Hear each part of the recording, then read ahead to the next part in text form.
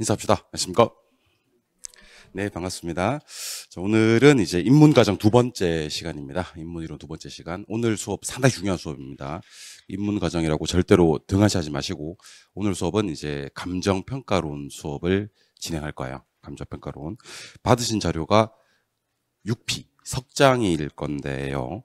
일단 그 제목을 좀 잘 보시면 감정평가에 관한 규칙이라는 제목이에요. 이 줄여서 우리가 이걸 뭐라 부르냐면 부동산 밥을 좀 먹으신 분들은 이걸 감칙이라 그래요. 그래서 앞으로 제 입에서 감칙 그러면 감정평가에 관한 규칙인갑다 하고 생각을 해두시면 됩니다. 그리고 하나 더 있습니다. 사실은 감정평가에 관한 규칙과 부동산 가격 공시에 관한 법률이라는 파트가 있거든요. 네, 감정평가로는 두 개 법을 배우십니다. 하나는 감정평가에 관한 규칙, 감칙과 또 하나는 부동산 가격 공시법 또는 가격 공시에 관한 법률을 공부하시게 됩니다. 근데 여기서 몇 문제가 나오냐면 그 올해 기준, 그러니까 36회 기준으로는 여기서만 4개 나왔어요. 여기서만 4개 나오고 여러분들이 치르시는 37회 시험에서는요 5개까지도 나올 수가 있는 그런 파트입니다. 오늘 수업에서만. 그래서 오늘은 감정평가론에서 계산 문제는 다음 주 말고 그 다음 주 정도에 아니야. 본 수업 가서 진행하도록 하고요. 계산 문제를 뺀 나머지 감정평가론을 모두 다 정리할 거다 하는 생각을 하시면 좋을 것 같습니다. 그래서 그 오늘 수업 중에서 제가 이거는 오늘 넘기지 마시고 좀 숙지하시고 암기할 건 좀 암기합시다는 내용들이 있을 건데 꼭 암기하셔야 됩니다. 꼭. 아시겠어요? 예, 오늘 암기합시다는 내용들은 꼭 암기를 합시다. 그 수험생 신분으로 우리가 좀 바뀌었다라는 생각을 하셔야 돼요. 그리고 여러분들이 이제 자격증 따시면 장차 이제 기존의 업자들과 경쟁을 해서 어쨌든 뭐 세상이 다 그러니까 경쟁을 해서 이겨야지 될 거 아닙니까, 그죠? 제가 강의 이제 한 26년 정도 했는데 제가 아는 공인중개사들이 많겠죠, 그죠? 예, 그런데 제가 아는 공인중개사들 중에서 성공한 중개업자들은요 정말 열심히 해요. 정말 주 6일 기본이고 주 7일씩 초반에는 자리 잡을 때까지는 주 6일 주 7일씩 그렇게 정말 열심히 일을 하시는 분들이 제가 아는 성공한 중개업자들이거든요. 그러니까 그들과 경쟁을 하기 위해서는 지금부터 멘탈 관리도 좀 하시고 좀 열정, 투지 이런 것도 좀 필요하지 않나 이런 생각이 듭니다. 아시겠어요? 예. 그러니까 아침에 일어나서 오늘 무슨 요일이지? 수요일인가? 그러면 개론 수업인가? 하고 책 들고 왔다가 집에 또 갔다가 가방만 들고 하고 왔다 갔다 해서는요 자격증을 따도 문제예요. 따도 그분들과 경쟁해서 이기기가 좀 힘들다. 그러니까 이왕 이제 이쪽 업계에 들어오셨으니까요. 처음 시작할 때부터 강의하는 사람이 요건 좀 오늘 넘기지 않고 좀 정리를 한번 해봅시다. 뭐 이런 얘기를 하면 그래 한번 해보자. 그런 식으로 좀 열정을 갖고 공부를 해 주셔야지. 아니 아직 수험 초반인데 공부하라고 지랄이야. 뭐 그렇게 생각하셔서는 안 된다 하는 생각을 좀 하시기 바랍니다. 아시겠죠? 예. 그러니까 저도 정말 최선을 다해서 강의할 테니까 여러분들도 정말 최선을 다해서 따라와 주시면 좋을 것 같다. 그래서 오늘 수업 한 4-5문제 마치기 위한 그런 수업이 진행이 될 건데 그 갑자기 단어들 뭐 문장들 이런 것들이 엄청나게 많이 쏟아져 나옵니다. 그런데 어쨌든 극복을 해야 되는 내용들이니까 오늘 이 부분들에 대한 내용들을 정말 완벽하게 정리를 하신다라고 생각을 하셔야 됩니다. 사실 지금 배우시는 감정평가론이란 파트는요. 우리 부동산학 개론에서 편으로 치면 제일 마지막 편이에요. 제일 끝에 있는 편이 감정평가론인데 그 한 6문제에서 7문제 정도가 주제가 됩니다. 감정평가론이. 참고로 말씀드리면 직전 시험이었던 36회 시험에서는 6개가 나왔고요. 35회 시험에서는 7개가 나왔습니다. 6개에서 7개 정도 출제가 되고요. 여기서 이제 우리가 지금 배우시는 파트가 감정평가에 관한 규칙. 제가 지금 몸 상태 좀 안 좋아서 감칙이란 파트가 있고 부동산 가격 공시란 파트가 있거든요. 여기서 몇 문제가 나오냐면 2개 빼고 다 나옵니다. 그러니까 4-5문제가 나오는 거죠. 여기서 이제 뭐가 추가되냐면 계산 문제 2문제가 추가가 됩니다. 그러면 계산 문제 2문제가 추가가 되면 6개에서 7개 이렇게 보시면 되거든요. 오늘은 계산 문제는 안 하겠습니다. 계산 문제는 안 하고 감칙과 가격 공시에서 말 문제, 이론 문제로 한 4-5문제 맞힐 수 있는 그런 내용들을 정리를 할 거고요. 그래서 오늘 수업이 제대로 이해가 되셨고 오늘은 집에 가서 복습을 좀 하세요. 오늘은 수업 초반이지만 복습을 좀 하시고 감정평가론이 좀 원활하게 진행이 되셨으면 제가 시킨 대로 한번 해보세요. 우리 내년 3월 달에 첫 번째 모의고사가 있을 거거든요. 제1회 모의고사가 있을 거예요. 1회 모의고사를 치르실 때 1번부터 풀지 마시고 35번 정도부터 푸세요. 35번이 뭐니까? 감정평가론이니까 오늘 수업했던 내용이 그대로 나올 겁니다. 그대로. 그래서 감정평가론 6개에서 7개 나온다면 나는 거의 다 맞히는 쪽으로 계산 문제도 이제 우리 다음 과정에서 공부를 해볼 테니까 감정평가론 계산 문제는 또 가성비가 상당히 좋습니다. 왜냐하면 사실은 수요공급 이론이나 투자론 같은 경우는 여러분들이 열심히 공부를 했습니다만 계산 문제 막상 시험장에 들어가시면 얘를 또 응용하고 막 그래요. 그래서 이렇게 감각이 조금 약하시거나 떨어지시는 분들, 계산 감각이 떨어지시는 분들은 응용을 잘 못하시거든요. 그러니까 시끌 공부를 했는데 적용을 못하는 경우도 많아요. 근데 감정평가론은 숫자만 바꿔서 나옵니다. 숫자만. 계산 문제도. 그러니까 열심히 배웠던 그 틀 안에 포맷 안에서 숫자만 바꿔서 나오니까 저는 우리 부동산학 개론 8개 편 중에서 가장 가성비가 높은 파트가 감정평가론이라는 생각이 들어요. 그리고 제 경험상 감정평가론 7개 나왔을 때 7개를 다 마치고 그의 시험에서 불합격하는 사람은 못 봤습니다. 1차 기준으로. 감정평가론 다 마친다 하는 자세로 공부를 하시면요. 1차는 걱정이 없다라는 겁니다. 민법 점수와 관계없습니다. 감정평가론 다 마치시는 분들은 민법 점수와 관계없이 합격하실 수가 있다. 멋있지 않습니까? 그러니까 아직 여러분 잘 모르시겠지만 10월 31일 날 심장에 들어가시면 10월 31일 날 심장에 들어가시면 내가 본 시험지를 가지고 나올 수가 있어요. 우리 공인중개사 시험은 가지고 나올 수가 있고 그날 6시에 당일 6시에 산업인력공단에 가다반이라고 떠요. 가다반이. 그러면 10월 31일 날 당일날 결판 나는 거예요. 원래는 한 달 하루 뒤에 합격자 발표가 나거든요. 근데 우리 시험은 내가 본 시험지를 그대로 가져 나올 수 있고 그날 6시에 가다반이 뜨기 때문에 당일날 시험 합격, 불합격 여부를 본인은 알 수 있다는 겁니다. 남들은 몰라도 본인은 알 수 있다. 그때 개론을 딱 채점했더니만 감정평가론이 7개가 맞췄다. 이렇게. 그러면 민법 이렇게 안 채점해도 1차는 합격이라는 겁니다. 그래서 가족들은 이상하게 생각하겠지. 야, 너 개론만 왜 채점해? 민법은 왜 채점하지 않아? 라고 얘기를 했을 때 됐어, 합격이야. 얼마나 멋있습니까? 멋있지 않나요? 네. 그러니까 그 감정평가론 7개 다 마치기 위한 노력을 초반에는 하셨으면 좋겠다. 그 열쇠가 오늘 수업에서 좌우가 될 거다 하는 생각을 하시면 좋을 것 같습니다.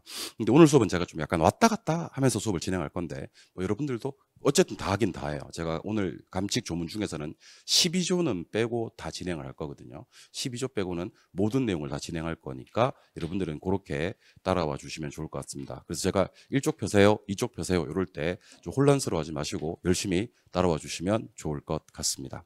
아시겠죠? 예. 지난주에 저한테 계산기 못 받으신 분 손 들어보세요. 요 분들은요, 쉬는 시간에 선착순입니다. 몇 개 안 남았어. 저한테 계산기를 못 받으신 분은 제가 데스크에 계산기를 갖다가 맡겨놨으니까 계산기 달라고 하시면 됩니다. 아시겠죠? 그 계산기가 제일 좋아요. 다른 계산기 별로 안 좋아. 그래서 영상으로 들으시는 분들은 김포에 오시면 계산기 받을 수 있다는 거. 제 사인 스티커가 담긴 그 사인 스티커를 갖다가 회사에서 만들어준 거예요. 회사에서 제 화면 중에서 제일 좋은 화면을 캡처해서 만들어준 겁니다. 다른 스님들은 안 만들어줬어요. 그러니까 왜 뭐라고 해야 되지?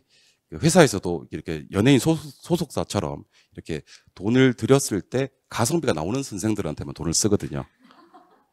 다른 선생들한테는 스티커 만들어줘도 뭐 큰 실익이 없으니까 안 만들어주는데 결혼생한테는 스티커 60개 좀 더 있습니다, 여러분들. 혹시 스티커만 받고 싶으신 분들도 제가 한 10장씩 가져다니니까 언제든지 요청만 하시기 바랍니다. 자, 그러면 오늘부터 지금부터 감정평가론을 진행할 건데 요 2개를 좀 볼게요. 일단 한 2개. 뭐를 볼 거냐면 기준이란 표현을 좀 쓰겠습니다. 자, 부동산의 감정평가라는 건 경제적 가치를 판정하는 거지 않습니까? 그죠? 경제적 가치를 판정했을 때 이게 10억이다 라고 얘기했을 때 10억이 별로 안 중요하거든요. 뭐가 중요한지 아세요? 이 10억이 언제 가격이냐가 중요합니다. 언제 가격이냐. 그래서 감정평가에서는요, 기준이 되는 날짜가 필요합니다. 기준이 되는 날짜. 왜냐하면 부동산의 가격은 끊임없이 변하니까. 기준이 되는 날짜가 필요한데 걔를 우리는 뭐라 부르냐면 이렇게 부릅니다. 기준 뭐야? 시점이요. 그래서 제 입에서 감정평가에는 두 가지 기준이 있는데 첫 번째 기준이 되는 날짜가 필요하다는 거예요. 기준이 되는 날짜. 그걸 뭐라 부른다? 기준 시점. 자, 그러면 감정평가사한테 부동산 경제적 가치 판정을 의뢰했습니다. 평가사가 도착을 했어요. 10억이라고 돼 있습니다. 이거 언제 가격인 거예요? 기준 시점에서 가격인 겁니다. 이렇게 감정평가에서 기준이 되는 날짜를 기준 시점이라고 한다. 이거 기억하셔야 됩니다. 기준이 되는 날짜가 뭐라고요? 두 번째, 기준이 되는, 이건 엄청 쉬워요. 기준이 되는 가치가 있습니다. 기준이 되는 가치. 요거는 무슨 가치? 기준 가치. 그래서 제가 앞으로 감정평가에 있어서 두 가지 기준이 뭡니까? 라고 물으면 기준 뭐가 있고 시점이 있고 기준 가치가 있는데 기준이 되는 날짜는요? 기준 시점. 기준이 되는 가치는요? 기준 시점이 뭐예요? 기준이 되는 날짜. 기준 가치가 뭐 이건 틀리기도 엄청 어려워 이거. 기준 가치가 뭐예요? 기준이 되는 가치. 근데 저는 순서를 좀 바꿔서 기준 가치부터 먼저 한번 해볼게요. 감정평가에서 기준이 되는 가치는요. 일단은 시장 가치입니다. 무슨 가치라고요? 시장 가치. 1로 갑니다. 시장 가치로 평가하는데 시장 가치 앞에다가 숫자 5를 좀 적어 보실래요? 숫자 5. 시장 가치는 5가지 요건을 동시에 충족했을 때 우리는 이것을 시장 가치라고 합니다. 다시. 감정 평가에는 두 가지 기준이 있습니다. 기준이 되는 날짜가 있고 기준이 되는 가치가 있는데 기준이 되는 날짜는 뭐라고 하고 기준 시점, 기준이 되는 가치는 무슨 가치? 기준 가치인데 기준 가치는 아무 말이 없었을 땐 시장 가치다. 시장 가치는 5가지 요건을 충족해야 되는데 첫 번째, 통상적인 시장이어야 됩니다. 무슨 시장이요? 통상적 시장. 두 번째는요, 충분한 기간 거래를 위해서 공개돼야 됩니다. 어떤 기간이요? 충분한. 세 번째, 정통한 당사자 사이에서 정통한, 신중하고 자발적 거래했을 때 신중 자발, 성립될 가능성이 가장 높다고 인정되는 가치, 가액을 우리는 시장 가치라고 합니다. 그러면 시장 가치가 되기 위한 요건 5개를 갖다가 다 지금 앉은 자리에서 기억을 하시면 좋은데 일단 저를 한번 보세요. 지금 우크라이나하고 러시아에서는 한창 전쟁 중입니다. 그죠? 전쟁 중. 그러면 전쟁 통해서 부동산도 거래가 될 거 아닙니까? 그죠? 그 거래되는 가격은 시장 가치로 보기가 어려워요. 왜냐하면 전쟁 통해서 거래되는 부동산의 가격은 통상적인 시장이 아니거든요.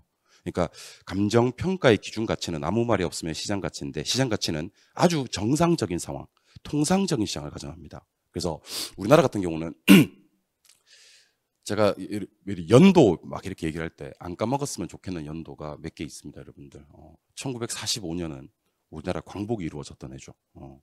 1950년은 한국 전쟁이 일어났던 해입니다, 그죠? 네, 그리고 1997년, 이거 가슴 아픈 날이죠. 1997년에 어떤 일이 있었죠? IMF요. 1997년 11월 달에 IMF 구제금융이 터집니다. 그러니까 1997년 11월 달에 IMF 구제금융이 터지고 우리 서울의 부동산 가격들이요. 반토막도 아니에요. 반에 반토막 나고 막 그랬었습니다. 그때 외국 사람들, 미국 사람들이나 일본 사람들이 거의 헐값에 우리나라 부동산을 많이 줍줍해서 갔었습니다. 그러면 IMF 구제금융 하에서 거래되는 부동산의 가격들은 정상적인 시장 가치로 볼 수가 없어요. 왜요? 통상적인 시장이 아니거든요. 2008년, 2009년 미국의 서프라임 모기지, 리만 브러드 사태 이렇게 해서 금융위기 터졌거든요. 그때도 우리나라 경제가 정말 많은 번 휘청휘청했었거든요. 그때 거래되는 부동산의 가격도 정상적인 시장 가치라고 보기가 힘듭니다. 왜냐하면 걔는 통상적인 시장이 아니니까요. 따라서 시장 가치가 되기 위한 첫 번째 요건은요. 아주 정상적인 시장 상황을 고려하더라는 얘기입니다. 무슨 시장이요? 통상적 시장. 두 번째, 우리가 흔히 급매물이란 말을 많이 쓰거든요. 급매물이 뭐냐면 급매물은 원래는 10억인데 나는 빨리 이걸 현금하고 싶은 거예요. 그래서 9억 8천에 9억 5천에 내놓는 짓을 급매물이라고 하거든요. 그럼 급매물로 거래된 가격은 시장 가치다 아니다? 아니다. 왜 아니다? 그렇죠. 이거 통상적 끝났어 이제. 자, 기간이 충분한 기간 동안 거래를 위해서 공개되지 않았단 말이야. 그러니까 시장 가치는요. 충분한 기간 동안에 거래를 위해서 공개가 돼야 된다는 얘기입니다. 이해하셨어요? 그래서 급매물은 정상적인 시장 가치가 아니다. 왜 아니다? 충분한 기간 거래를 위해서 공개되지 않았기 때문에. 세 번째, 우리가 흔히 거래 당사자라고 얘기를 합니다. 거래 당사자 두 사람이겠죠. 파는 놈을 매도인, 사는 놈을 매수인 그러는데 매도인과 매수인이요. 그래도 자기 부동산 파는데 몇 군데 부동산 알아보겠어? 안 알아보겠어? 알아볼 거고 사는 놈들은 더 알 거예요. 사는 놈들은 여러분들 부동산 사는 사람들 조심해야 됩니다. 여러분들 요즘에는 정보가 워낙 많기 때문에 특히 부동산 사는 사람들은 정보를 갖다가 정말 꼼꼼하게 다 알아보고 옵니다. 여러분들 그래서 그 합격한 중개업자 중에서 저한테 그런 얘기 하시는 분들이 계셔요.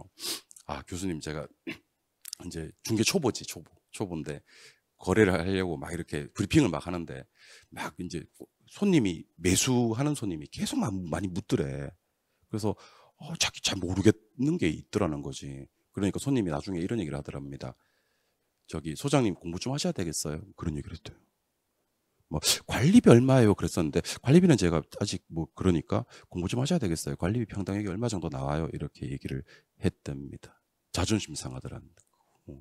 어쨌든 제가 하고 싶은 얘기는 시장 가치가 되기 위해서는요, 매도자와 매수자가 적어도 시장 상황에 대해서는 어느 정도 잘 알고 있어야 된다는 얘기입니다. 너무 무지한 사람들끼리 거래하는 가격은 정상적인 시장 가치로 보기가 어렵습니다. 근데 법에서는요, 이렇게 잘 알고 있다라는 표현을 어떻게 표현하냐면 정통하다고 표현해요. 정통하다. 우리가 구어체에서, 일반 구어체에서는 잘 쓰는 표현은 아닌데 뉴스 같은 거 보면 왜 정통한 소식통에 의하면, 뭐 정통한 여당 관계자에 따르면 뭐 이런 표현을 쓰기도 합니다. 그죠? 잘 알고 있다는 뜻이 정통합니다. 정통하다는 말을 써요. 그래서 매도자, 매수자를 뭐라 부르는데 거래 당사자라고 부르는데 당사자가 어떤 당사자여야 된다? 정통한 당사자여야 된다. 그래도 부동산 파는 놈이, 부동산 사는 놈이 내가 제 가격 받고 파는 건지 내가 제 가격 주고 사는 건지에 대해서 정통해야 된다는 얘기입니다.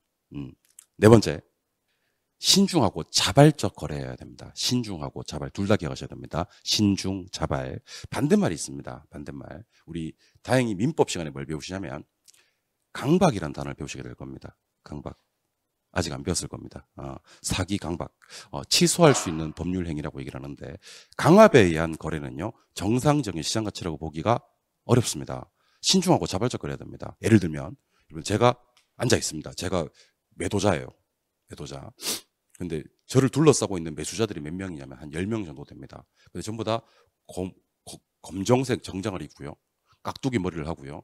손에는 연장이 하나씩 들려 있습니다. 도끼 같은 거 하나씩 들려 있어요. 그래서 뭐라고 하는지 아세요? 그 사람이 도끼 들고 저한테 도장 찍을래? 도끼로 네 머리를 찍을까? 뭐 이렇게 얘기를 하고 있습니다, 여러분들. 그럼 저는 어떻게 해야 되겠어요? 도장 찍어야 되겠지. 이렇게 거래된 가격은 정상적인 시장 가치로 보기가 어렵습니다. 왜냐하면 신중하고 자발적인 거래가 아니거든요. 마지막입니다.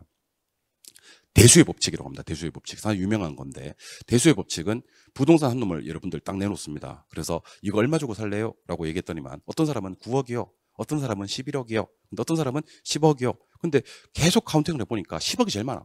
10억이 제일 많아. 그러면 이 부동산은 얼마에 팔릴 가능성이? 10억에 팔릴 가능성이 제일 많다. 그래서 확률 개념을 가져온 건데 성립될 가능성이 가장 높은 가액이라고 얘기를 합니다. 뭐라고요? 성립될 가능성이 가장 높은 가액. 이번엔 보지 말고 한번 해보죠. 감정평가에는 두 가지 기준이 있습니다. 기준 가치가 있고 기준 시점이 있습니다. 기준이 되는 날짜가 기준 시점인데 걔는 좀 이따 하도록 하고, 기준이 되는 가치가 기준 가치인데 걔는 아무 말이 없으면 시장 가치입니다. 시장 가치는 5가지 요건을 동시에 충족해야 되는데 보지 말고 첫 번째 어떤 시장이 돼야 됩니까? 통상적이어야 됩니다. 조문 그대로 기억하셔야 됩니다. 좀 정상적인 시장 하면 안 돼. 틀려요. 그러면 통상적인 시장이라고 해야 됩니다. 두 번째, 기간이 어떤 기간 거래를 위해서 공개가 돼야 됩니까? 충분한 기간 거래를 위해서 공개가 돼야 됩니다. 세 번째는 사는 놈, 파는 놈을 합쳐서 거래 당사자로 부르는데 당사자가 시장 상황에 대해서 어떻게 해야 되죠? 정통해야 됩니다. 정통한 당사자. 그리고 강압에 의한 거래, 강박에 의한 거래에서는 안 되지 않습니까? 그죠? 어떤 거래? 신중, 자발적 거래해야 됩니다. 마지막에 확률 개념. 손 들라고 했을 때 가장 많은 사람이 손을 드는 가격이 아마 시장 가치 수렴이 될 거라는 취지거든요. 성립될 가능성입니다. 5가지 요건이 충족이 되면 우리는 시장 가치인데 한 장을 넘겨보세요. 한 장을 넘기시면 감칙 5조부터 지금부터 출발합니다. 감칙 5조. 감칙 5조는 제목 확인합니다. 무슨 가치 기준? 시장 가치 기준의 원칙입니다. 자, 감정평가는 아무 말이 없으면 무슨 가치로 평가하는데? 시장 가치로 평가하는데 시장 가치가 요건이 몇 개라 그랬죠 아까? 5개. 보지 말고 한번 해볼게요. 통상적 시장, 충분한 기간, 정통한 당사자, 신중 자발적 거래, 성립될 가능성입니다. 근데 예외적으로 시장 가치로 평가하지 않는 경우가 있어요. 시장 가치로 평가하지 않고 이걸로 평가하는 경우가 있으니 걔를 갖다 우리는 시장 가치 외의 가치라고 합니다. 시장 가치 뭐예요? 외의 가치. 근데 시장 가치 외의 가치로 평가하는 경우는 딱 3가지입니다. 딱 3가지. 일단 여러분들은 공부를 할 때 이렇게 공부하셔야 됩니다. 원칙적으로는 뭘로 평가하는데? 시장 가치로 평가하는데 예외적으로는 시장 가치 뭐요? 외의 가치로 평가할 수가 있습니다. 시장가치 외의 가치로 평가를 하는 경우는 딱 세 가지인데, 첫 번째, 법령에 다른 규정이 있대요. 두 번째, 의뢰인 요청을 하더래요. 세 번째, 사회 통념상 필요하다고 인정이 된대요. 그때는 시장가치 외의 가치입니다. 자, 그러면 시험 어떻게 나오는지를 제가 지금 공개하도록 하겠습니다. 시험 이렇게 나옵니다. 감정평가는 뭘로 평가해야 돼요? 이렇게 나옵니다. 놀라지 마시고 시장가치 하시면 돼요. 그게 원칙이에요. 그게 원칙이에요. 원칙은 아무 말이 없을 때 그게 원칙이라고. 우리 수업 아무 말 없으면 몇 시에 시작하죠? 10시에 시작. 그 원칙이라니까. 그러니까 원칙적으로 말을 안 쓴다니까. 감정평가는 무슨 가치다? 시장가치다. 근데 법령에 다른 규정이 있을 때는요 라는 단서가 따요. 의뢰인이 요청할 때는 이라는 단서가 따요. 사회 통념상 필요하다고 인정이 될 때는요 라는 단서가 따요. 그럴 때는 시장가치 하면 절대 안 나는 거예요. 앞에 예외로 가세요라는 얘기를 갖다 하고 있는 거예요. 예외로 가세요라는 단서가 몇 개? 3개. 첫 번째 뭐예요? 다른 규정. 두 번째 요청. 세 번째 사회 통념. 요 단어가 뜨면 시장가치로 평가한다. 시장가치 외의 가치로 평가한다. 시장가치 외의 가치로 평가하는 겁니다. 근데 시장가치 외의 가치로 평가할 때 중요한 내용이 하나 있습니다. 보세요. 시장가치 외의 가치를 기준으로 평가할 때는 다음 각호의 사항을 검토해야 된답니다. 뭐를 하래요? 검토해야 됩니다. 두 개를 검토해야 되는데, 시장가치 외의 가치로 평가할 때 성격 특징하고요, 합리성, 적법성을 검토해야 됩니다. 자, 그럼 대답하세요. 의뢰인이 요청하면 뭘로 평가하는데? 시장가치 외의 가치로 평가하는데, 시장가치 외의 가치로 평가할 때는 성격, 특징, 합리성, 적법성 검토를 한다고요, 안 한다고요? 검토 해야 된다니까. 오케이? 사회 통념상 필요하다고 인정이 될 때는 시장가치예요. 시장가치 외의 가치예요. 시장가치 외의 가치예요. 시장가치 외의 가치로 평가할 때는 합리성, 적법성 같은 걸 검토한다고요, 안 한다고요? 검토한다고요. 그럼 검토는 하는 게 컨셉, 안 하는 게 컨셉? 하는 게 컨셉입니다. 근데 요거 보세요. 제2항, 제1호. 제2항이 이거고요. 제1호가 이거예요. 제2항 1호. 법령에 뭐가 있어서? 다른 규정이 있어서 뭘로 평가할 때는? 시장가치 외의 가치로 평가할 때는 뭐 하지 않다? 그렇지 않다. 그렇지 않다는 말은 무슨 말이냐면요, 검토를 안 해도 된다는 얘기예요. 그럼 정리합니다. 시장가치 외의 가치로 평가하는 경우가 총 몇 가지인데? 3가지인데. 첫 번째 뭐예요? 다른 규정. 두 번째 요청. 세 번째 뭐? 사회 통념인데, 요청 때문에 시장가치 외의 가치로 평가할 때는 합리성, 적법성 검토한다, 안 한다? 검토하는 게 맞아요. 사회 통념상 필요해서 하다고 인정이 되어서 시장가치 외의 가치로 평가할 때는 검토를 해야 하네요. 검토를 해야 된다니까요. 근데 법령에 다른 규정이 있대요. 법령에 뭐가 있다? 다른 규정. 이렇게 잘 보세요. 다른 법에 있대요. 다른 규정이, 법에 다른 규정이 있대요. 다른 법에 있으면 적법해, 안 적법해? 적법하니까 다른 법에 있겠지. 아니, 합리적이야, 안 합리적이야? 합리적이니까 다른 법에 있겠지. 그러니까 이거는 검토를 안 해도 된다는 얘기입니다. 왜냐면 벌써 적법하니까. 어? 그러니까 여러분들, 우리 내년 10월 31일 날 시험 치러 갈 때 9시까지 입시를 해야 되는 사람이 있습니다. 그 사람은요, 1차, 2차 다 치르는 사람이에요. 근데 올해 1차를 합격한 사람은요, 내년에 1차 시험 치는 시간에 뭐예요? 놀아요. 놀고 2차 시험 치는 시간에 맞춰서 들어가면 됩니다. 그 사람들을 우리는 뭐라 부르냐면 1차 면제자라고 얘기를 합니다. 아니, 1차 올해 합격한 사람을 내년에 1차를 또 보게 하지는 않는다는 거죠. 1차 뭐? 면제. 면제자 있습니다. 면제자. 누구를 면제시켜 주냐면, 벌써 다른 법에 규정이 있다면 이제는 얘는 합리적일 거고 적법하다는 가정을 해버리는 거예요. 따라서 합리적인지 적법한지의 검토를 생략할 수가 있다는 얘기입니다. 그럼 시험은 어떻게 나오느냐? 이렇게 나옵니다. 자, 잘 듣고 대답하세요. 의뢰인 요청할 때 사회 통념상 필요하다고 인정이 될 때는 시장가치 외의 가치로 평가하는데, 시장가치 외의 가치로 평가할 때 그 합리성, 적법성 검토를 생략할 수 있다. X 검토해야 됩니다. 근데 또 이렇게 나옵니다. 법령에 다른 규정이 있어서, 듣고 있어요? 다른 규정이 있어서 시장가치 외의 가치로 평가할 때는 합리성, 적법성 검토를 반드시 결단코 항상 always 해야 한다. OX. 이건 또 X가 되는 겁니다. 그러니까 원래 검토는 하는 거예요. 그런데 법령에 다른 규정이 있어서 시장가치 외의 가치로 평가할 때는 방금 얘기했던 합리성, 적법성 검토를 생략할 수 있다. 기억하셔야 됩니다. 근데 하나 더 기억하셔야 될 게 있습니다. 이것도 시험에 자주 나오는 지문인데, 잘 한번 보세요. 여러분들, 강남역에서 택시를 잡아요. 제가 강남역에 택시를 했습니다. 그래서 잠실역이요? 그랬습니다. 그러니까 택시기사가 뭐라 그러냐면, 가까운 데는 안 갑니다 하고 가버렸어요. 이걸 전문용어로 뭐라 그래요? 승차 거부라 그래요. 몰라요? 그럼 저는 어떻게 해요? 가만히 안 있지, 씨. 그래서 남발을 갖다가 사진 찍습니다. 찍어서 다산 콜센터 120에 신고를 합니다. 그럼 그 아저씨 어떻게 되냐면 과태료 내거나 여러 번 반복되면 아마도 영업 정지 당할 겁니다. 택시 승차 거부할 수 있다 없다? 없어요. 근데 감정평가사들 승차 거부할 수 있습니다. 잘 놓으세요. 감정평가법인 등이 시장가치 외가치로 평가하는 것이 너무 합리성, 적법성이 뭐 되었다고? 결여. 요 한마디만 하면 됩니다. 저는 지금 이 평가가 너무 합리성, 적법성이 결여되었다고 판단했는데요 라고 얘기하는 순간 의뢰 거부할 수 있고 모르고 받았을 때는 받은 수임을 철회할 수도 있다. 여러분들 요 사항이 있고 없고에 따라서요. 평가사들이 운신의 폭이 상당히 넓어지고 좁아지고 하는 거예요. 그러니까 법에 뭐를 박아놨냐면 손님 안 받아도 돼? 라고 박아놨습니다. 한마디만 하면 돼요. 저는 너무 합리성, 적법성이 뭐 되었다고 결여되었다고 판단했는데요 라고 하는 순간 의뢰를 말수, 거부할 수, 받은 수임을 철회할 수 있고 의뢰 안 받아도 수임 철회해도 여러분들 손님 안 받아도 영업정지 당해 안 당해? 안 당하고 과태료 안 낸다는 얘기입니다. 그래서 감치고조를 저랑 지금부터 씹어 드시기 바랍니다. 감치고조 출발합니다. 감치고조는 시장가치 기준의 원칙인데요. 감정평가할 때 아무 말이 없으면요. 아무 말이 없으면 무슨 가치예요? 시장가치입니다. 근데 법령에 다른 규정이 있으면요. 시장가치, 외의 가치. 의뢰인이 요청하면요. 시장가치, 외의 가치. 사회통념성 필요도 인정이 되면요. 시장가치, 외의 가치. 그런데 요청 때문에 시장가치, 외의 가치로 평가할 때는 합리성, 적법성 검토를 해야 하네요. 해요.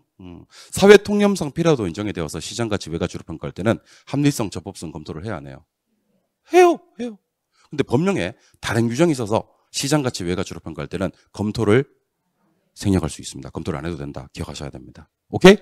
너무 시장가치, 외의 가치로 평가하는 것이 합리성, 적법성이 결여되었다고 판단할 때는요. 의뢰를 거부할 수 있습니까? 받은 수임을 처리할 수 있습니까? 손님 안 받아도 됩니까?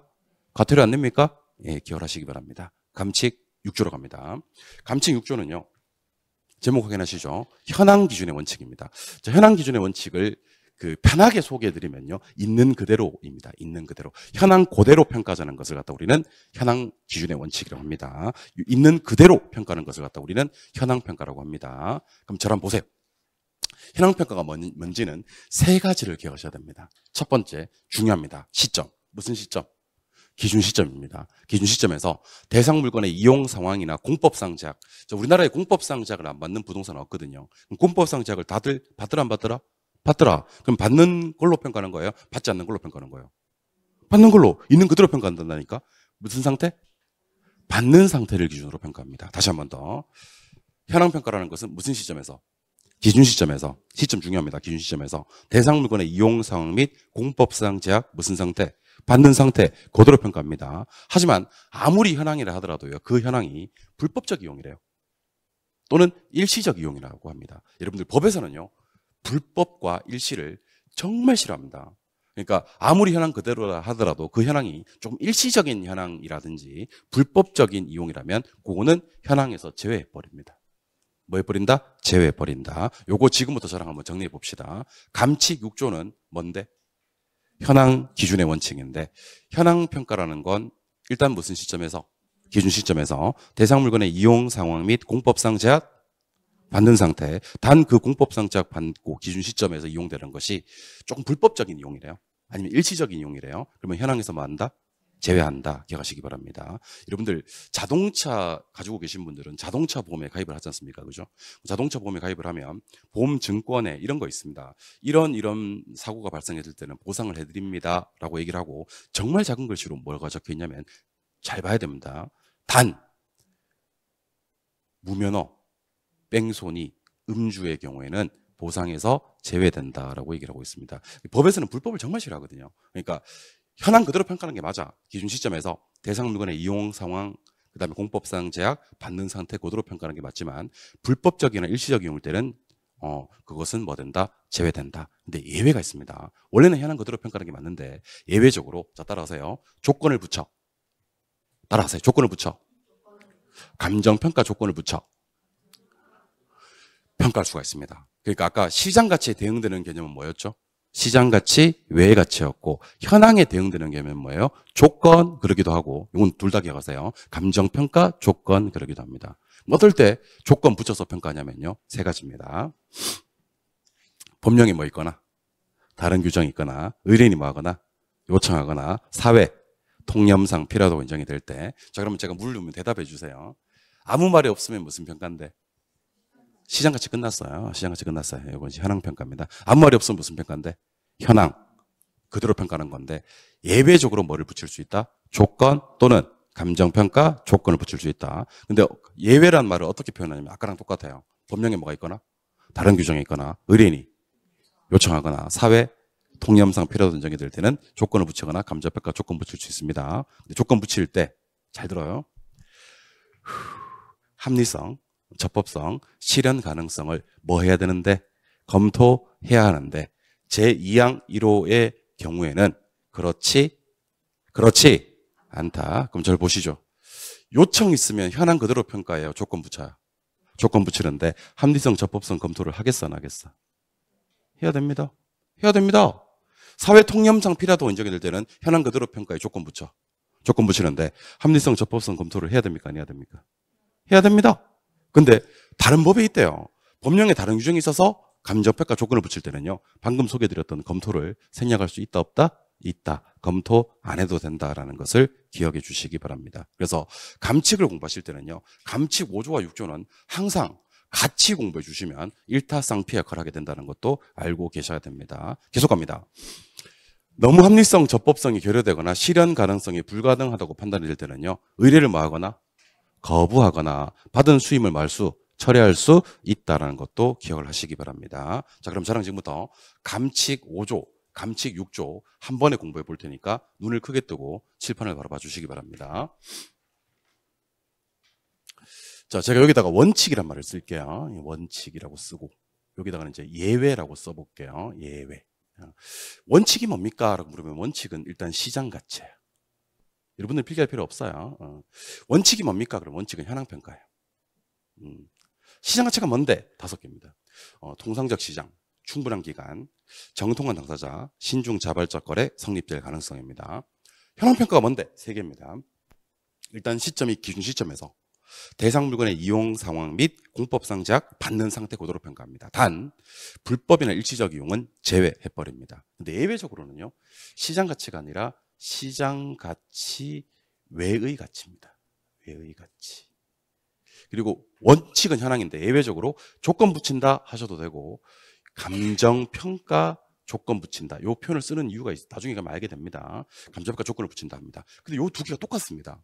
법령에 뭐가 있거나 다른 규정이 있거나 의뢰인이 뭐 하거나 요청하거나 사회 통념상 필요하다고 인정이 될 때는 시장가치 외가치로 평가하거나 조건 또는 감정평가 조건을 붙일 수가 있습니다. 근데 시장가치 외가치로 평가하거나 감정평가 조건을 붙일 때는요. 합리성, 적법성, 경우에 따라서는 실현 가능성을 검토해야 됩니다. 그래서 요청이 있을 때 검토해야 됩니다. 사회 통념상 필요하다고 인정이 될 때는 검토해야 됩니다. 그런데 법령에 다른 규정이 있어서 시장가치 외가치로 평가하거나 조건 붙일 때는 방금 소개해드렸던 검토를 생략할 수 있다 기억하시는 겁니다. 검토 안 해도 된다는 걸 기억해 주시는 겁니다. 이번에는 이게 감칙 5조였거든요. 시장가치 기준의 원칙. 이게 감칙 6조였습니다. 현황 기준의 원칙. 이번에는 아직은 안 배웠습니다만 감칙 7조를 좀 소개해 드릴게요. 감칙 7조는 아무 말이 없었을 때는 감정평가할 때 개별평가한다 그래요. 이거 한번 따라해 보셔야 됩니다. 무슨 평가? 개별평가. 예외적으로 일괄평가하거나 구분평가하거나 부분평가할 수가 있습니다. 근데 얘는 좀 특이한 게 뭔지 아세요? 위에 거 5조 6조는요 원칙과 예외가 둘 다 중요하거든요. 그런데 감칙 7조는요 원칙은 별로 안 중요합니다. 시험에 잘 안 나옵니다. 잘 안 나오는 게 아니고 안 나옵니다. 사실은 예외만 주구장창 나옵니다. 예외가 몇 개 있는데 3개 있는데 여러분들은 어떨 때 일괄평가하고 어떨 때 구분평가하고 어떨 때 부분평가하는지 마시면 되는 겁니다. 이거 지금 공개합니다. 잘 보세요. 우리나라에서는요 토지가 이렇게 있고 건물이 이렇게 있잖아요. 그러면 이 부동산을 몇 개로 보냐면 2개로 봐버립니다. 몇 개? 2개. 그래서 감정평가할 때 2개로 평가하거든요. 이걸 갖다 우리는 개별평가라 그래요. 그러니까 몇 개 있으면 2개 있으면 그냥 2개로 평가하자. 이걸 개별평가라고 합니다. 나중에 민법 시간이나 2차 등기법 시간에 배우시게 될 건데 우리나라는요. 토지 등기부와 건물 등기부를 각각 따로따로 두고 있는 나라입니다. 맞나요? 그럼 토지와 건물이 한 소유자에게 속해 있다가 경매라든지 기타 사유로 인해서 토지 소유자와 건물 소유자가 달라질 수 없다 있다. 있습니다, 여러분들. 충분히 있습니다. 우리나라에서는 토지 소유자와 건물 소유자가 달라질 수가 있습니다. 그런 나라가 많지 않아요. 우리나라하고 일본 정도? 우리나라하고 일본 정도만 그렇고 외국에 가면요. 토지하고 건물은요. 하나로 바꿔버립니다. 하나로. 따라서 토지 소유자와 건물 소유자가 달라지는 경우가 없어요. 그래서 혹시 저기 뭐 유럽이나 미국 쪽 이렇게 친구들이 있으면 한번 얘기해 봐요. 우리나라에서는 인코리아 그 토지 소유자와 건물 소유자가 달라질 수 있어. 그 랜드 오너, 그 빌딩 오너, 디퍼런트, 이렇게 얘기를 하면 외국 친구들이 지저스, 오 마이 갓 이렇게 얘기를 합니다. 그러니까 외국에서는 토지와 건물이 한 개인데, 한 일체인데 우리나라에서는 토지와 건물이 독립적으로 본다는 얘기예요. 그런데 보통 이 토지와 건물은요 따로따로 거래되는 경우가 거의 없어요.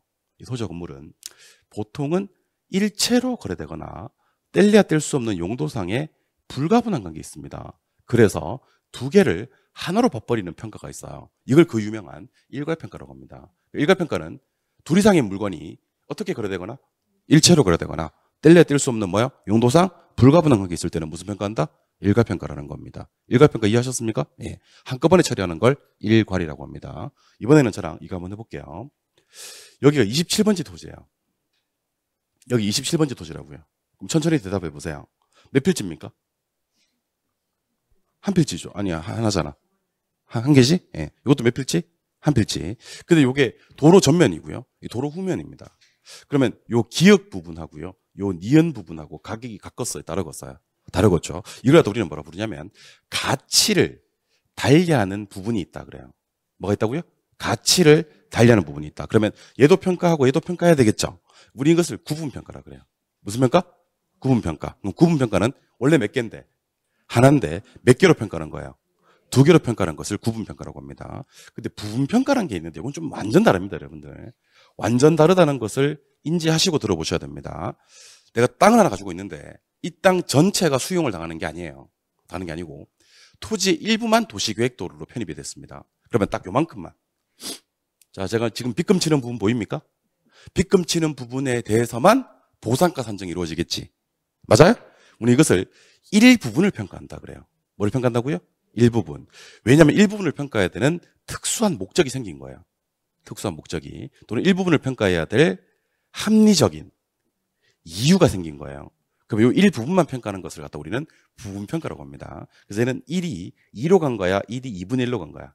2분의 1로 간 거지. 이걸 갖다 우리는 부분평가라고 합니다. 근데 막상 시험장에 들어가시면 개별평가 헷갈리는 사람 한 명도 없어요. 일괄평가 틀리는 사람은 한 명도 없습니다. 제 장담컨대 일괄평가 틀리는 사람은 저는 강의 시작해서 지금까지 한 명도 못 봤습니다, 여러분들. 단 한 명도. 근데 구분평가하고 부분평가는요. 일단 끝날 때 뭘로 끝났어요? 분으로 끝났잖아요. 보이나? 모음이 둘 다 뭐예요? 우. 얘는 구분이고요. 얘는 부분이고요. 정말 그야말로 한 끗 차이입니다. 그리고 시험에서 어떻게 나오는지 아세요? 이렇게 나옵니다. 잘 봐. 가치를 달리하는 부분은 무슨 평가인데? 구분평가인데 이렇게 나옵니다. 가치를 달리하는 부분은 부분평가한다 이렇게 나옵니다. 그러면 아싸 부분 라임도 맞네 하고 장렬히 전사합니다. 장렬히. 가치를 달리할 때는 뭐 하고요? 구분하고요. 일부분을 평가할 때 무슨 평가예요? 부분평가입니다. 그래서 여러분들은 뭐와 뭐를 어떻게 하셔야 되냐면 구분과 부분을 구분하셔야 돼요. 뭐랑 뭐를 뭐 하자고? 구분과 부분을 구분하셔야 돼요. 근데 제가 시험장 갈 때까지 안 틀리는 방법이 하나 있긴 한데 어떻게 좀 알려드려요? 네, 알려드릴게요. 구분평가를 설명할 때는요. 가치를 달리한다는 말을 빼고 구분평가를 설명할 수가 없어요. 시험지 법조문이라서 가치를 달리한다는 말을 빼고 구분평가를 설명할 수가 없습니다. 그래서 처음부터 아예 따라하세요. 개별, 일괄, 가치 구분, 부분. 이렇게 공부해버리는 겁니다. 그러니까 앞으로 여러분들 머릿속에 구분평가라는 말은 없애버리시고요. 가치 구분, 부분, 가치 구분, 부분 이렇게 해버리는 겁니다. 그럼 문제 나갑니다. 잘 보세요. 한 개 물건이라도 가치를 달리하는 부분이 있을 때는요. 가치 구분이고 대상 물건의 일부분을 평가해야 될 특수한 목적이나 합리적 이유가 생겼을 때는요. 부분 평가고요. 둘 이상의 물건이 일체로 거래되거나 용도상 불가분한 관계 있을 때는요. 일괄 평가하는 거고요. 아무 말이 없으면요. 개별 평가하는 겁니다. 그래서 머릿속에 이제 구분이란 말은 삭제하시고 무슨 구분? 가치 구분. 그래서 가치를 달리하는 부분은 부분 평가한다. 그러면 OX, X 가치를 달리하는 부분이 있을 때는요. 가치 구분 평가한다. 기억하시고요. 혹시 또 몰라서 플랜 B도 제가 알려드리도록 하겠습니다. 숫자로 기억하시면 오래 갑니다. 자 보세요. 잘 봐야 돼. 이게 있어요. 이게 있는데 이걸 이렇게 평가해요. 이거는 뭐예요? 개별입니다. 뭐좀 모르는 것 같은데 몇 개 있어서 두 개 있어서 두 개로 평가하겠다고요. 깝깝하네. 자 다시 두 개가 있다고 그래서 두 개로 평가하겠다고 이거 무슨 평가? 개별 평가. 원래는 이건데 이걸 갖다가 이렇게 평가해요. 이거는요 일괄입니다. 원래는 이건데 지금도 중요합니다. 원래는 이건데 얘를 둘로 자르는 것까지 똑같아요. 한 개를 둘로 자르는 것까지는 똑같은데 한 개를 둘로 자른 다음에 얘도 평가하고 얘도 평가해. 그럼 1이 어떻게 됐어? 2로 갔지. 이거는 가치 구분이야. 뭐라고? 가치 구분. 한 놈을 둘로 자른 다음에 잘 들어. 얘는 평가 안 해요. 얘는 평가 안 하고 얘만 평가해. 얘만. 얘는 1이 2로 간 거야? 1이 2분의 1이나 3분의 1로 간 거야? 1이 2분의 1이나 3분의 1로 간 거지. 이게 무슨 평가예요? 부분 평가라는 거지. 그래서 이제는 제 손 모양만 보고 조건 반사 한번 해봅시다. 조건 반사 몰라요? 몰라요? 물으면 안 되는데. 나중에 집에 가시는 길에 챗GPT한테 오늘 그 수업 듣는데 개론 선생이 조건 반사라고 얘기를 하는데 그게 뭐니라고 물어보시기 바랍니다. 그럼 뭐 파블로프 나오고 개 나오고 막 그래요. 나중에. 자 보세요. 얘를 얘로 평가하는 건 뭐예요? 개별입니다. 얘를 요래 평가하는 건요. 일괄입니다. 얘를 이렇게 평가하는 건요. 가치 구분입니다. 가치 구분. 얘를 요렇게 평가하는 건요. 부분 평가가 되는 겁니다. 이해하셨습니까? 예. 그래서 아무 말이 없으면 개별인데 둘 이상의 물건이 일체로 거래 용도상의 불가분이면 일괄, 가치를 달리하는 부분이 있을 때는 가치 구분, 일부분을 평가하는 경우는 부분, 그리고 두 개 개별, 두 개 한 개 일괄, 한 놈 두 개 가치 구분, 한 놈 2분의 1 부분 평가도 기억하시면 시험장 갈 때까지 안 틀리고 기억하실 수가 있어요. 그래서 감칙 다시 7조로 한번 넘어가 볼게요. 감칙 7조 출발합니다. 아무 말이 없을 때는 뭔데? 개별인데 아무 말이 없을 때는 개별이에요. 그런데 둘 이상의 물건이 이렇게 일체로 거래 용도상 불가분 이런 말이 뜨면 무슨 평가요? 일괄평가. 하나의 물건이라도 뭐를 달리는 부분이 있을 때는 가치를 달리하려는 부분이 있을 때는 암기할 때 처음부터 가치 구분 이렇게 얘기합니다. 뭐라고요? 가치 구분. 대상 물건의 일부분을 평가해야만 하는 특수한 목적이나 합리적 이유가 있대요. 합리적 이유가 있으면 걔는 무슨 평가? 부분 평가를 하는 겁니다. 정리를 다시 한번 해보도록 하겠습니다. 아무 말이 없으면 개별인데 일체로 거래되거나 용도성에 불가분한 관계 있으면 일괄, 한 개라도 가치를 달리하는 부분이 있으면 가치 구분, 일부분만 평가하는 것이 부분 평가가 됩니다. 플랜 B도 적어 놓으시면 좋겠죠.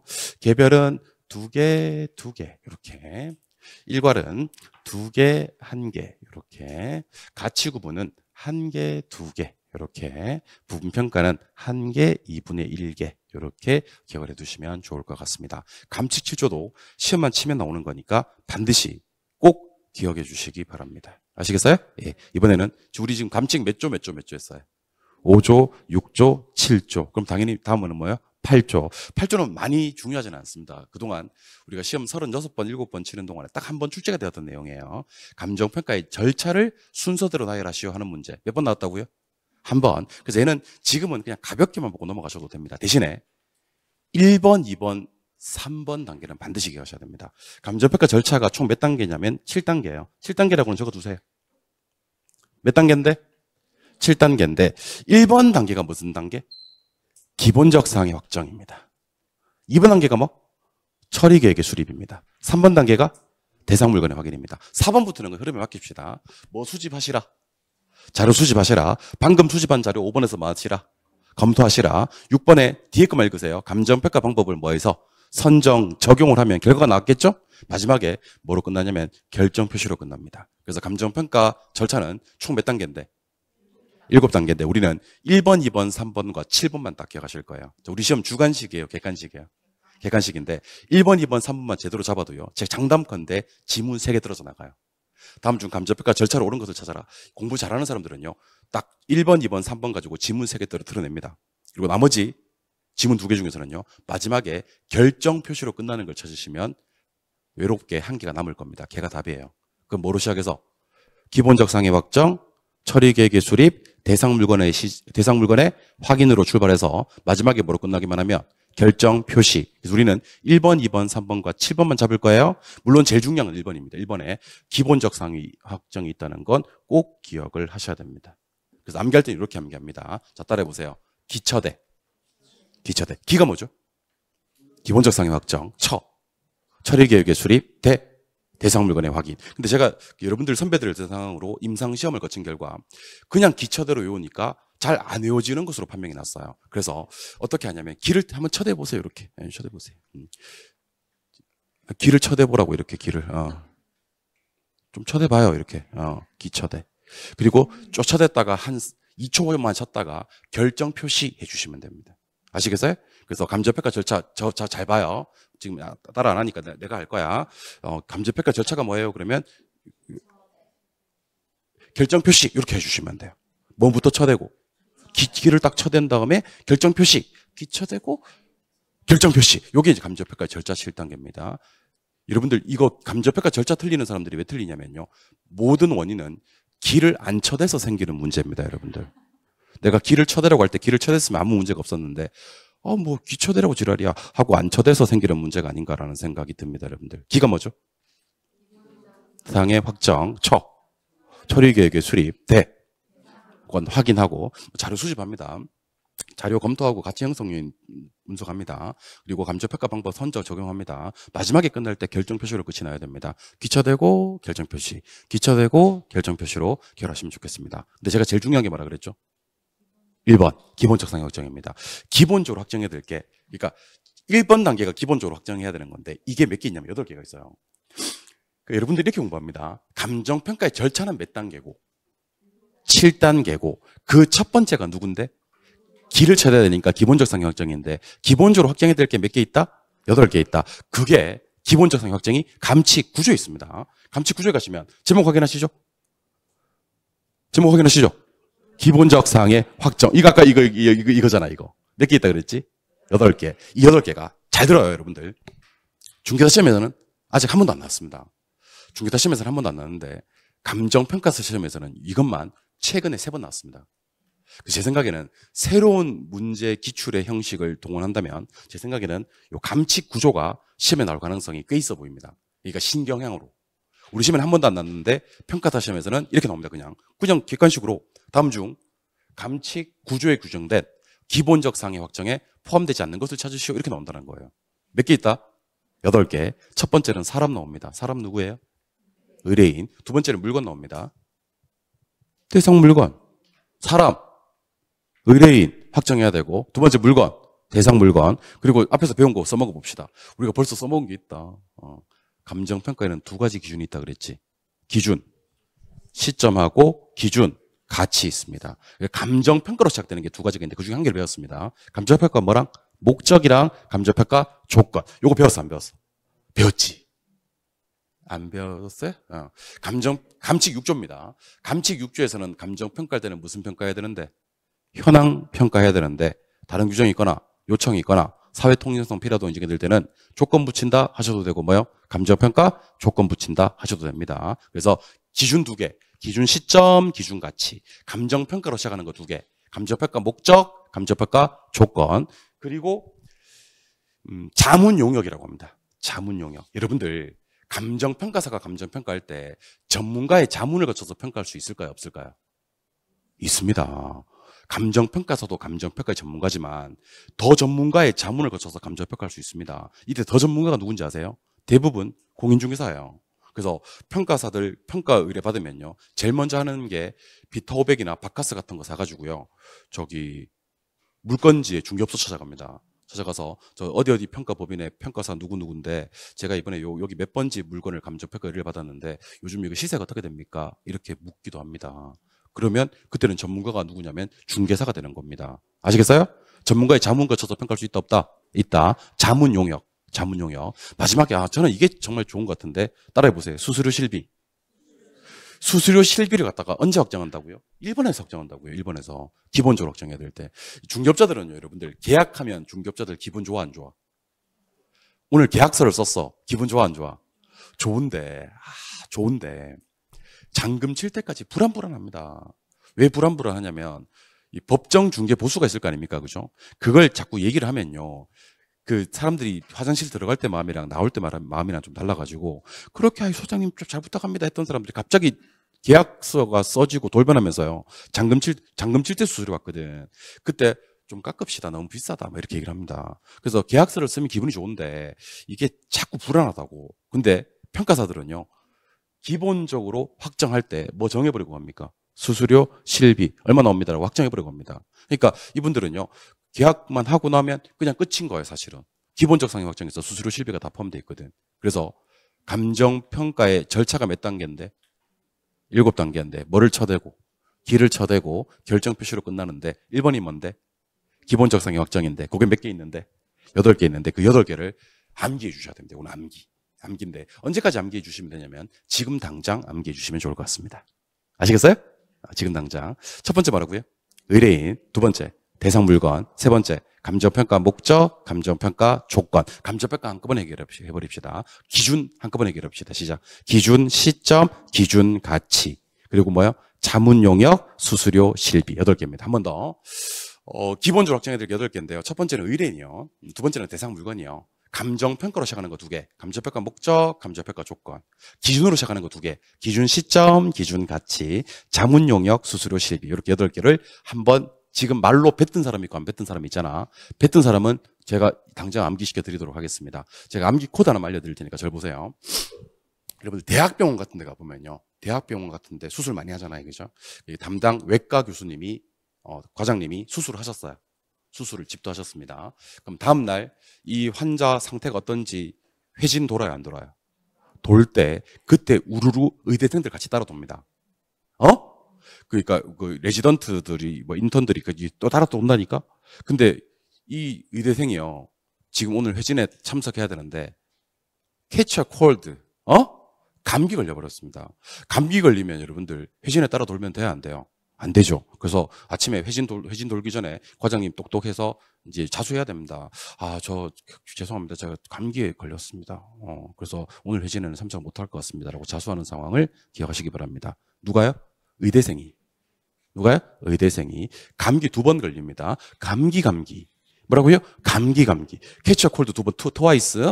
감기 2번 걸리고 저 감기 걸렸어요라고 말하는 거예요. 자수. 그래서 의대 감기 자수, 의대 감기 자수로 기억하시기 바랍니다. 의대생이 감기에 몇 번 걸리면 2번 걸리면 저 감기 걸렸어요라고 말한다. 자수한다. 기억하시기 바랍니다. 아시겠어요? 제가 연기도 보여드릴게요. 저 똑똑했어요. 저는 누구예요 이번에는? 의대생이에요. 교수님 제 감기 자수. 이게 이제 의대 감기 자수입니다. 아시겠어요? 한 번 더 할게요. 저는 누군데요? 의대생이에요. 의대생인데, 감기 2번, 자수. 이게 이제 그 유명한, 기본적 상위 확정 8개가 됩니다. 보지 말고 한번 해볼게요. 보지 말고. 첫 번째는요? 의뢰인. 두 번째는요? 대상 물건.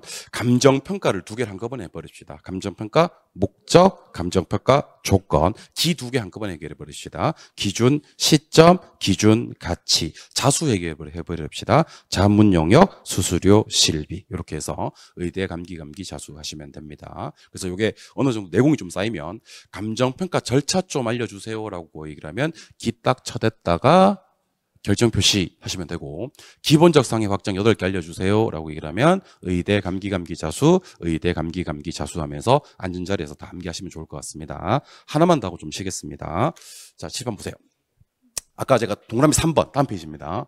다음 페이지 동그라미 3번에 감정평가 법인 등은 필요한 경우에 전문가의 자문 등을 거쳐서 평가할 수 없다고 있다고요?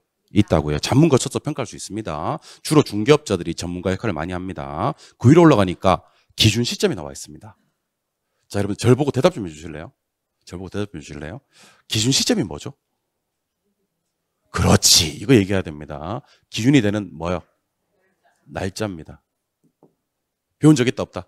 있다. 근데 이제는 기준 시점이 뭔지를 물은 게 아니고 기준 시점이 언젠지를 묻겠습니다. 기준 시점은 언제일까요? 그럼 여러분들 이렇게 얘기해야 됩니다. 무엇을? 가격 조사를 무엇한 날짜? 중요합니다. 이 중에서 뭐가 더 중요합니까? 쌤 하시는 분들은 둘 다 중요합니다. 둘 다. 무엇을? 가격 조사를 무엇한 날짜? 완료. 두 개 단어 다 외우세요. 기준점이 뭐죠? 기준이 되는 날짜인데 얘가 언제예요? 가격 조사를 무엇한 날짜? 완료한 날짜. 자, 주관식입니다. 기준 시점이 뭐죠? 기준이 되는 날짜요. 언제죠?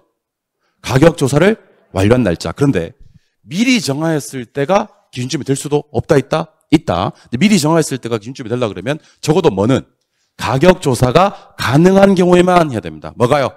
가격 조사가 가능한 경우에만. 가격 조사란 말이 두 번 나왔습니다. 다시. 기준 시점 뭐죠? 기준이 되는 날짜요. 언제인가요? 가격 조사를 완료한 날짜. 미리 정하였을 때가 될 수도 있습니까? 어떻게 한다면?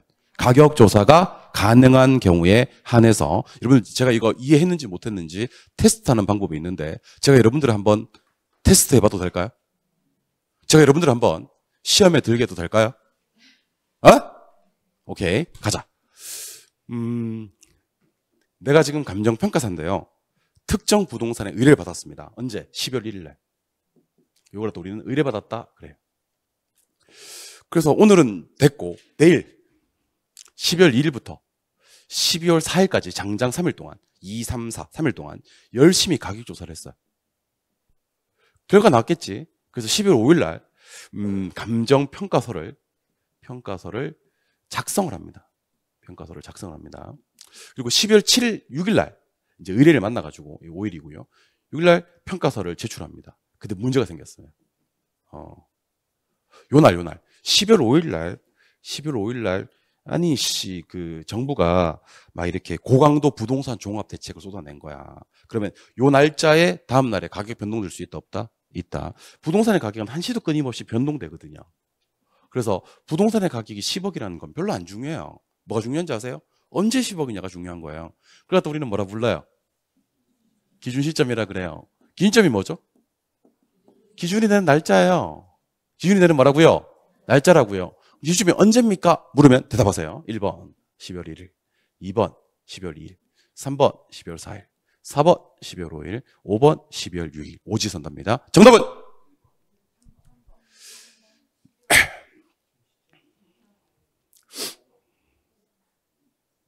정답은 3번입니다. 3번입니다.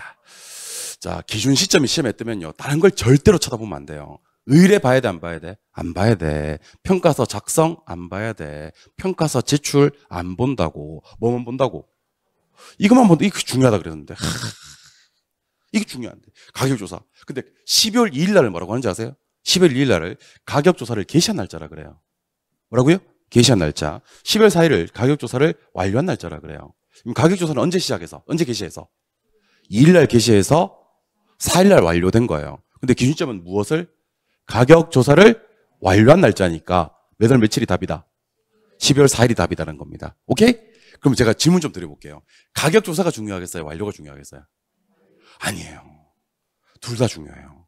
완료가 중요하다고 하신 분들 지금 이렇게 나옵니다. 자, 제가 경험해봐야지 알아. 기준 시점은 의뢰를 완료한 날짜다 이렇게 나오는 거예요. 의뢰를 완료한 날짜다. 완료 중요하다고 하신 분은 완료 있네 하고 장렬히 전수합니다. 감정평가서 작성을 완료한 날짜다. 여기도 완료 있네. 큰일 났네. 평가서 제출을 완료한 날짜다. 큰일 나는 겁니다. 완료 중요합니다. 안 중요하다는 얘기는 아닙니다. 둘 다 중요하다는 얘기입니다. 무엇을? 가격조사를 무엇한 날짜? 그럼 시험에는 어떻게 나오냐면 가격조사를 틀리게 내는 경우도 있고요. 이렇게 나온 적도 있습니다. 가격조사가 중요하다고 했더니만 가격조사를 개시한 날짜라고 나온 적도 있습니다. 진짜입니다. 가격조사를 개시한 날짜로 시험에 나오면 이런 개시 하시면 됩니다. 이런 개시 아니고 가격조사를 무엇한 날짜? 완료한 날짜입니다. 다시 기준점 뭐죠? 아닙니다. 기준점은 기준이 되는 날짜입니다. 기준점 뭐라고요? 기준이 되는 날짜라고요. 언제죠? 가격조사를 완료한 날짜. 그런데 오늘이 2025년 11월 19일이라고 칩시다. 근데 작년 2024년 11월 19일 날 내가 부동산을 하나 구입을 했어요. 하나 구입을 했는데 사기당했어요. 부동산을 잘 몰라가지고 사기당했습니다. 사기는 여러분들 뭐 할 수 있죠? 취소할 수 있습니다. 사기는 무효 아니에요. 사기는 나중에 이제 최대 교수님한테 배우실 겁니다. 취소할 수 있는 법률행위입니다. 그러면 민사소송을 준비해야 될 거 아닙니까? 그죠? 그래서 평가사를 불러서 이렇게 얘기를 합니다. 나는 지금 현재, 그러니까 2025년 11월 19일 날 부동산 가격이 궁금한 게 아니다. 미리 정합니다. 나는 2024년 11월 19일로 뭐 해놓은 거예요, 지금? 미리 정해놓은 거예요. 맞아요? 그럼 이때 기준으로 이 부동산 정상적인 시장 가치를 평가해 주시오 할 수 있다, 없다? 있다는 얘기입니다. 미리 정해만 놓는다면. 오케이? 그리고 작년이라면 가격 조사가 가능하겠어요, 불가능하겠어요? 가능하겠지. 아니 작년에 이맘때 어떤 일이 있었는지 평가사들 그 정도 자료는 구해낼 수 있잖아, 그지? 가격조사 가능하다니까. 그래서 과거의 특정인이 기준이 될 수도 있다. 우리나라는 선분양에 후분양에 주로. 선분양이죠. 선분양은 지금 무슨 상태냐면 분양권 상태야. 언제 입주냐면 내년 이맘때 입주야. 그럼 지금은 한창 지어지고 있는 부동산입니다. 지금 무슨 상태?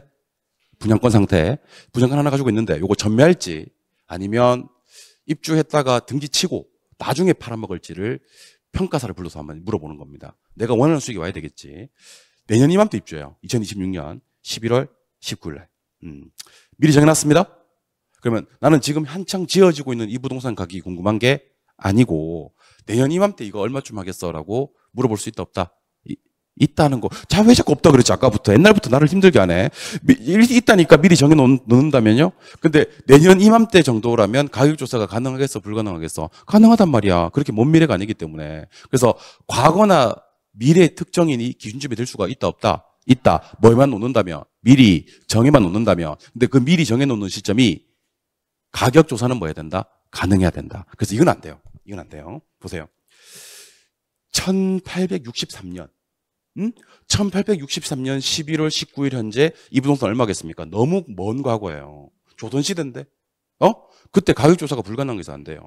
장난치는 것도 아니고 2500년 11월 19일 날 이거 얼마쯤 하겠어요? 장난치는 것도 아니고 이거 안 돼요.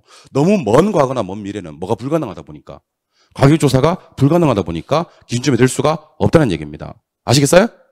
아시겠어요? 갑니다. 기준 시점이 무엇인지를 묻는 경우가 있고요. 기준 시점이 언젠지를 묻는 경우가 있습니다. 영어로 물어볼까요? 기준 시점 what? 영어로 물어볼까요? 기준 시점 when? 대답하시기 바랍니다. 기준점이 뭐죠? 기준이 되는 날짜입니다. 언제죠? 가격조사를 완료한 날짜인데 미리 정했을 때가 기준점이 될 수도 있습니까? 근데 미리 정한 놈이 기준점이 되려고 그러면 그 날짜에 가서 가격조사는 가능한 경우에 한해서 너무 먼 가거나 너무 먼 미래는 가격조사가 불가능하기 때문에 기준점으로 정할 수가 없다는 얘기입니다. 아시겠습니까? 정리는 끝난 것 같으니까 일로 오세요. 기준 시점은 뭐죠? 기준이 되는 날짜야. 언제죠? 가격조사를 완료한 날짜. 가격조사가 중요합니까? 완료가 중요합니까? 둘 다 중요합니까? 둘 다 중요합니다. 근데 가격조사 완료일자만 기준점이 되는 건 아니에요. 미리 정하였을 때가 기준점이 될 수도 있습니까? 근데 너무 먼 가거나 먼 미래는 안 된다 그랬죠. 이유는 뭐가 가능해야 되니까. 가격조사가 가능한 경우에 한해서만 기준점을 할 수가 있기 때문입니다. 기억을 하시기 바랍니다. 아시겠습니까? 예. 첫 번째 시간에는요. 감칙 1조, 감칙 2조와 감칙 5조, 6조, 7조, 8조, 9조까지 정리를 해봤습니다. 좀 쉬었다가 이어서 계속 진행하도록 할게요. 쉬겠습니다.